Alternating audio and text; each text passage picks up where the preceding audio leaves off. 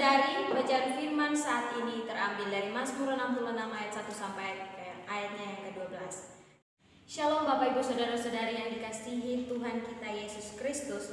Pada saat ini kita patut mengucap syukur akan hari yang diperkenankan Tuhan bagi kita saat ini untuk bisa berkumpul bersama-sama mendengarkan kebenaran firman Tuhan di dalam kebaktian saat ini dengan tema kedahsyatan pekerjaan Allah yang disyukuri. Firman Tuhan yang kita pelajari saat ini merupakan bagian dari nyanyian syukur karena Israel tertolong. Nyanyian ini ditulis dan dinyanyikan oleh Raja Hizkia karena Tuhan telah menolong bangsa Israel dengan dahsyat dan sangat ajaib dalam sejarah pembebasan mereka dari perbudakan. Oleh karena itu, ada sebuah pertanyaan bagi kita saat ini, yaitu siapakah yang patut memuji pekerjaan Allah yang dahsyat itu? Mari kita sama-sama melihat dalam ayat-ayat ini yang dituliskan oleh pemazmur dan menyerukan kepada semua orang dalam tanda kutip di sini untuk memuji Allah. Semua orang yang dimaksudkan di sini adalah setiap orang atau setiap pribadi yang dengan secara tersendiri merasakan dan menyadari akan kemahakuasaan dan kedahsyatan Allah dalam kehidupan mereka. Sehingga kita patut memazmurkan pujian dengan kemuliaan bagi Allah. Inilah yang dipertegas oleh pemazmur bagi kita saat ini untuk mensyukuri kedahsyatan pekerjaan Allah bukan saja bagi bangsa Israel tetapi bagi kehidupan kita. Bapak Ibu saudara-saudari, dalam bacaan Mazmur kali ini ada dua pokok teologis yang dapat kita pelajari bersama-sama saat ini, yaitu yang pertama, mengucap syukur dengan menaikkan puji-pujian atas pekerjaan Allah yang dahsyat. Itu kita bisa melihat dari ayat 1 sampai ayatnya yang ke-7. Pada bagian pertama ini, ayat 1 dan ayat 2 dimulai dengan sebuah ajakan untuk bersorak-sorai bagi Allah. Bahkan dalam seluruh bagian ini adalah ajakan atau ajaran untuk memuji nama Allah. Juga di dalam ayatnya yang keempat menjelaskan bahwa ada ajakan untuk sujud menyembah Allah. Alasan dari semua itu tertuang dalam ayatnya yang ketiga dengan sangat jelas. Berkata bahwa katakanlah kepada Allah, betapa dahsyatnya segala pekerjaanmu, oleh sebab kekuatanmu yang besar, musuhmu tunduk menjilat kepadamu. Yaitu di mana pemazmur mengalami secara nyata betapa agung dan dahsyat segala pekerjaan Allah. Ini adalah hal yang paling nyata dan konkret, di mana tindakan itu nampak dalam penyelamatan dari para musuh. Di ayat ketiga ini juga secara jelas ada hal yang ingin dipertegaskan bagi kita untuk memuliakan dan memuji kebesaran Allah adalah pengakuan. Pengakuan akan pekerjaan Allah. Dalam ayat kelima kita diajak juga oleh pemazmur untuk secara lebih rinci melihat dan menyaksikan bahwa Allah sudah mengerjakan segalanya bagi kita. Dia sudah melakukan segala pekerjaannya dengan sempurna dan sangat sempurna, bahkan yang tidak terselami di akal kita.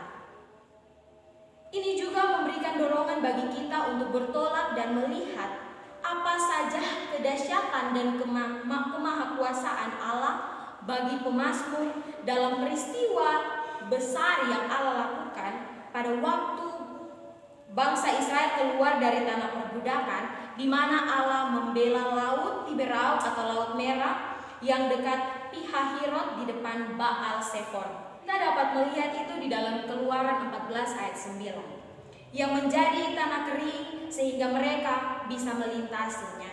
Perbuatan yang luar biasa ini membuat suatu cerita atau suatu histori yang membuat bangsa Israel menjadi mengucap syukur kepada Allah.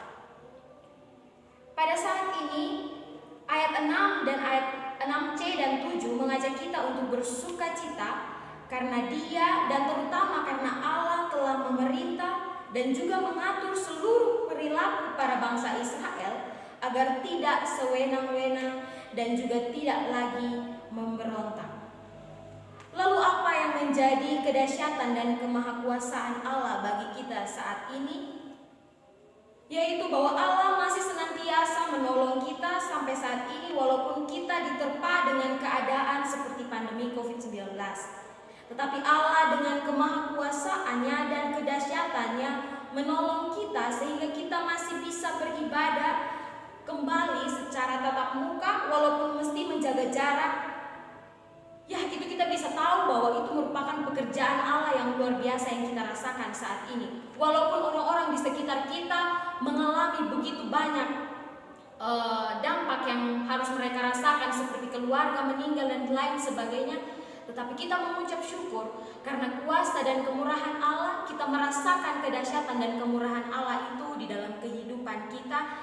Walaupun kita bergereja secara tatap muka, tetapi kita menjaga jarak sehingga tidak terpapar lagi COVID-19. Yang kedua, pekerjaan yang dahsyat adalah jawaban dari doa yang dinaikkan dengan penuh kepasrahan bahwa Allah akan menolong. Di mana ajakan pujian masih dilanjutkan pada ayat yang 8, karena alasannya ada di ayat 9, bahwa Allah telah menyelamatkan jiwa mereka. Pujian ini merupakan ungkapan kelegaan dan kelepasan setelah sekian lama ada pencobaan dan juga pengujian. Itulah yang juga dicoba dijelaskan dalam ayat 10 dan ayat 12, bahwa ada pengujian serta proses pemurnian. Ada juga situasi terjerumus dalam jaringan musuh, dan juga ada situasi penindasan dan pengujian lewat api dan air. Ini semua berpuncak pada ayatnya yang ke-12c. Berkata kepada kita bahwa tetapi engkau telah mengeluarkan kami sehingga kami bebas. Ia telah membebaskan bangsa Israel dari segala pencobaan-pencobaan, dari segala situasi-situasi yang menindas mereka, dan itu merupakan suatu karya yang dahsyat bagi bangsa Israel. Pada bagian ini bangsa Israel telah mempercayakan diri mereka kepada Allah yang sanggup menolong mereka melalui doa yang mereka panjatkan. Sehingga ayat 12c ini menjadi jawaban doa dari setiap apa yang menindas, menguji, serta membuat mereka terasa terbeban di dalam kehidupan mereka, dan pada ayat ini membebaskan mereka secara nyata.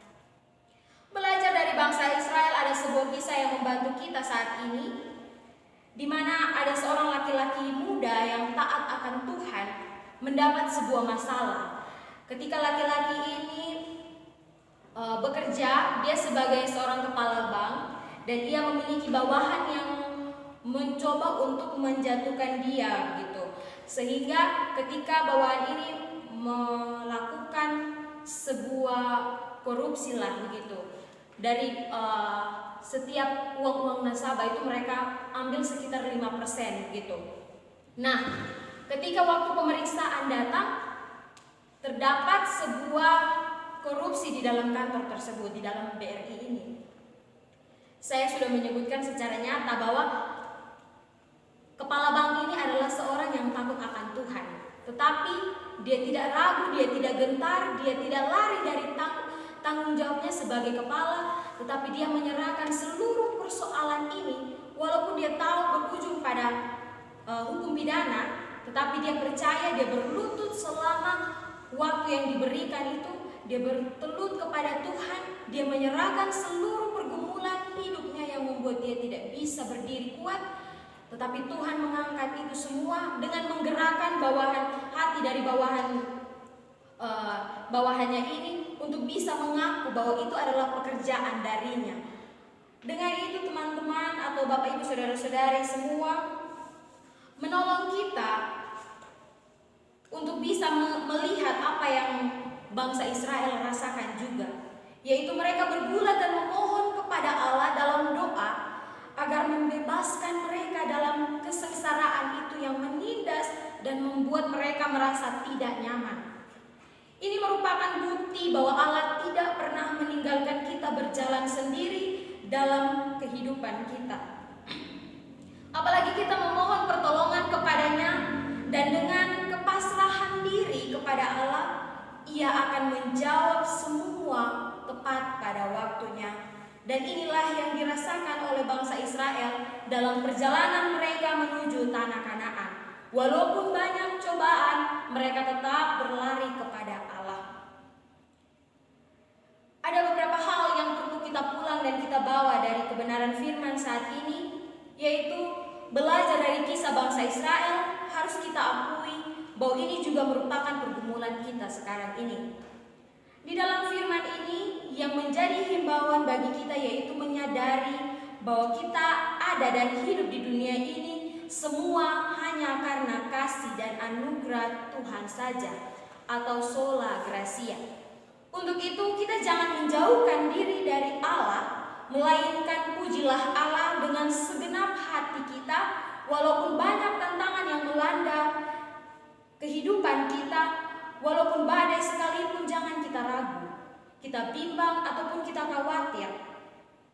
Karena kita yakin dan percaya ada Tuhan yang menjadi penolong bagi kita, ada Tuhan yang sanggup melindungi kita, ada Tuhan yang mampu mengangkat kita dari segala jurang maut yang ada di sekitar kita.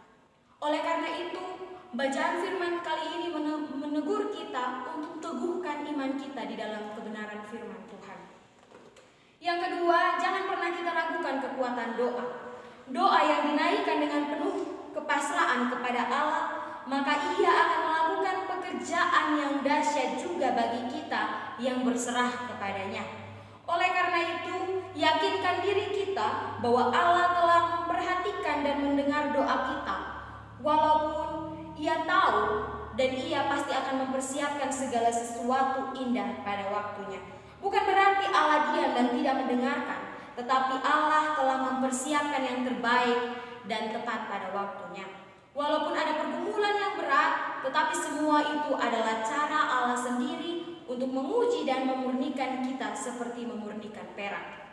Oleh karena itu, Bapak Ibu Saudara-saudari yang saya kasihi di dalam Tuhan kita Yesus Kristus, kita yang sudah merasakan dan menyadari keberadaan dan kedahsyatan Allah dalam kehidupan kita, mari kita memasmurkan kemuliaannya dengan puji-pujian dan sujud menyembahnya. Jangan kita menjadi orang yang tidak tahu berterima kasih kepada Allah atas segala perbuatannya dalam hidup kita, melainkan kita menjadi orang yang terus menyerukan namanya. Mari kita menjadi saksi yang terus menyampaikan kabar shalom Allah dan terus mensyukuri kehidupan yang Allah berikan kepada kita bagi sesama kita yang belum mensyukuri keberkuasaan Allah dalam kehidupan mereka. Dan mari kita menjadi orang yang menggantungkan semua harapan kepada Allah dalam doa dan permohonan. Dan kita yakin kalau kita percaya semua akan dijawab oleh Allah tepat pada waktunya. Walaupun beban berat menimpa kita, tetapi satu yang harus kita tahu, bahwa Allah akan membebaskan kita dari semua belenggu yang mengikat kita saat ini. Oleh karena itu, mari kita sujud menyembah dan selalu mensyukuri kehidupan kita atas semua pekerjaan Allah yang dahsyat itu di dalam kehidupan kita, karena di luar Allah kita binasa. Amin.